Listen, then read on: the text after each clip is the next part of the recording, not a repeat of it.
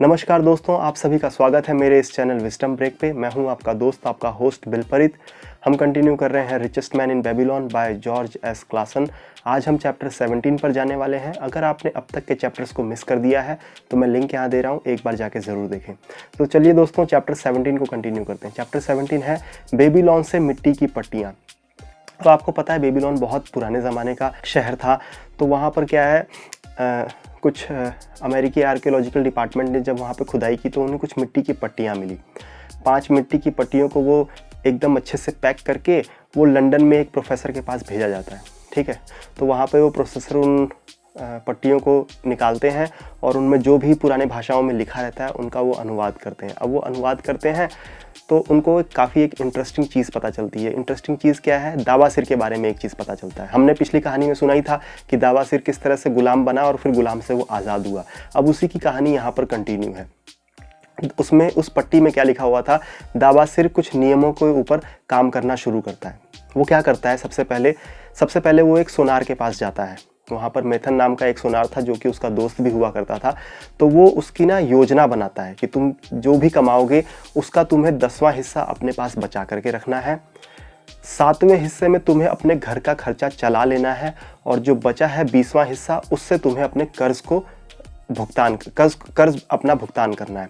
तो अब वो क्या करता है? अब जो दावासिर है ना, वो इसी चीज़ को ना अपने मिट्टी की पट्टियों पर लिखता जाता है कि जिस जिस लोगों से उसने उधार लिया था उन सभी के नाम लिखता है, उनसे उसने कितने सिक्के लिए उधार, वो सारी डिटेल्स लिखता है। और टोटल कुल मिलाकर के 119 चांदी के सिक्के होते हैं और 141 तांबे के सिक्के होते हैं। तो अब उसको ये सारे अमाउंट जो है ना चुकाना होता है। तो वो क्या है, वो एकदम संकल्प बना करके तो आया ही होता है कि मुझे अपने पैसे को चुकाना है चाहे जो हो जाए।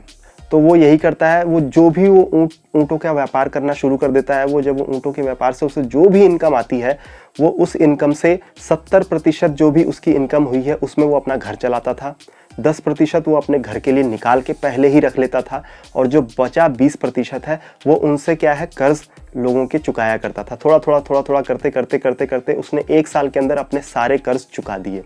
अब वो कर्ज मुक्त हो चुका था और दावासिर बताता है कि ये जो नियम है, ये नियम सोने से भी ज़्यादा मूल्यवान है। अगर कोई आदमी इन नियमों को फॉलो करता है तो चाहे वो कितने ही कर्ज में क्यों ना हो, कितनी ही गरीबी में क्यों ना जी रहा हो, वो उस कर्ज और उस गरीबी से उबर सकता है। तो जो प्रोफेसर है वहाँ पर लंदन में जो इस लेटर को पढ़ते हैं तो वो क्या सोचते हैं, वो भी बहुत ज़्यादा कर्ज में हो चुके होते हैं। तो वो सोचते हैं कि चलो यार, मैं इसको अप्लाई करके देखता हूँ अपनी लाइफ में, मेरी लाइफ में भी सेम ऐसा ही दावासिर जैसा ही प्रॉब्लम चल रहा है। तो वो लोग क्या करते हैं, वो भी अपना एक प्लानिंग करते हैं इसी तरह से। उन्होंने बहुत सारा कर्ज ले रखा होता है तो सभी के वो नाम लिखते हैं।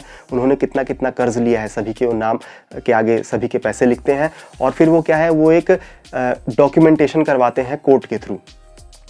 क्योंकि क्या है, आप किसी से पैसा लेते हो तो वो क्या है, आपके ऊपर प्रेशर बनाता है, भाई मेरा पैसा जल्दी दे। तो वो क्या है, वो एक डॉक्यूमेंटेशन बनवाते हैं। वो ये डॉक्यूमेंटेशन क्या बनवाते हैं कि उनकी कुछ फिक्स सैलरी होती है। तो वो भी सेम ऐसी ही प्लानिंग करते हैं कि जो 70% जो मेरा इनकम आएगा वो मैं अपने घर चलाने के लिए रखूँगा, 10% वो मेरा सेविंग रहेगा और जो 20% बचेगा उसी 20% में मैं सारे कर्ज अपने चुकता करूँगा। तो वो क्या है, वो कोर्ट में जाकर के एक डॉक्यूमेंटेशन बनवा लेते हैं और सभी जितने भी कर्ज जिन से लिया है वो उन सब से उनके साइन करवा लेते हैं ताकि उनको कोई तंग ना करे कि भाई मेरा पैसा जल्दी वापस कर। तो वो इस तरह से डॉक्यूमेंटेशन बना लेते हैं।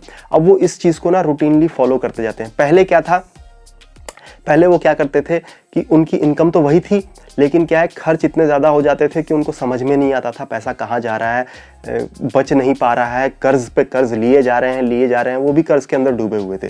जब उन्होंने ये नियम बनाया ना, तब उन्होंने बताया कि तब हमको पता चला कि हम बेफजूली खर्चे कितने करते हैं। जब उन्होंने ये एक शेड्यूल बनाया कि मेरे को इतने ही पैसे में अपना घर चलाना है, तब उन्होंने देखा कि वो चाय पत्ती बहुत ही ब्रांडेड कंपनी की चाय पत्तियाँ खरीद करके पीते थे चाय। उन्हें पता चला कि सस्ती कंपनी का भी चाय वैसा ही टेस्ट करता है। फिर उन्होंने बताया कि हमारा साबुन तेल का खर्चा इतना ज़्यादा हो रहा था, हमने देखा कि जो सस्ते साबुन तेल है उनमें भी हमारा गुजारा अच्छा चल जा रहा है और जबकि वो महंगे संसाधन है उनसे ज़्यादा अच्छे हैं। फिर उन्होंने इसी तरह से ना जब अपनी पूरी लिस्ट तैयार की तो उन्हें पता चला कि जो 70% जो उनका इनकम था ना, जिससे वो अपने घर चलाने की कोशिश कर रहे थे, उससे कम में ही उनका घर चल जा रहा था। तो वो क्या करते हैं, इस रूटीन को फॉलो करते रहते हैं और 3 साल के अंदर उनका सारा कर्ज चुक जाता है, प्लस 10% जो वो हर महीना बचाते जाते थे, तो वो थे शेयर मार्केट में कहीं वो निवेश करते हैं, तो वो उनका पैसा भी धीरे धीरे बढ़ रहा था।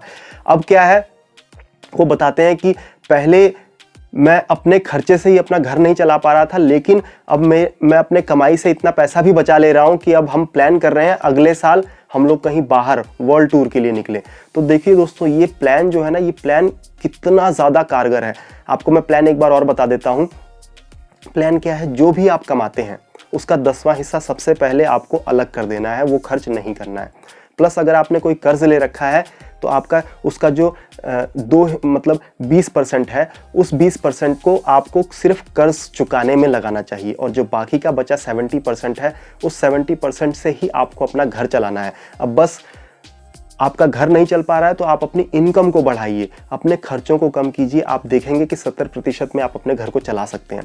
तो चलिए दोस्तों, इसी के साथ ये लेसन खत्म होता है। आई होप आप लोगों को बहुत मज़ा आया होगा। ये एक तरह की फाइनेंशियल प्लानिंग है जो बुक हमें बता रही है। मुझे तो ये प्लानिंग बहुत अच्छी लगी। आपको ये प्लानिंग कैसी लगी मुझे कमेंट करके ज़रूर बताएं। वीडियो अच्छा लगा हो तो वीडियो को लाइक करें, शेयर करें, कमेंट करें। अगर मेरे चैनल पर नए हैं तो चैनल को सब्सक्राइब करें। मैं हर शाम को 4 बजे इसी तरह की नॉलेजेबल वीडियोज़ लेकर के आता हूँ जिनसे मेरा और आपका विकास होता है। तो चलिए दोस्तों, मैं इसी के साथ विदा लेता हूँ। धन्यवाद।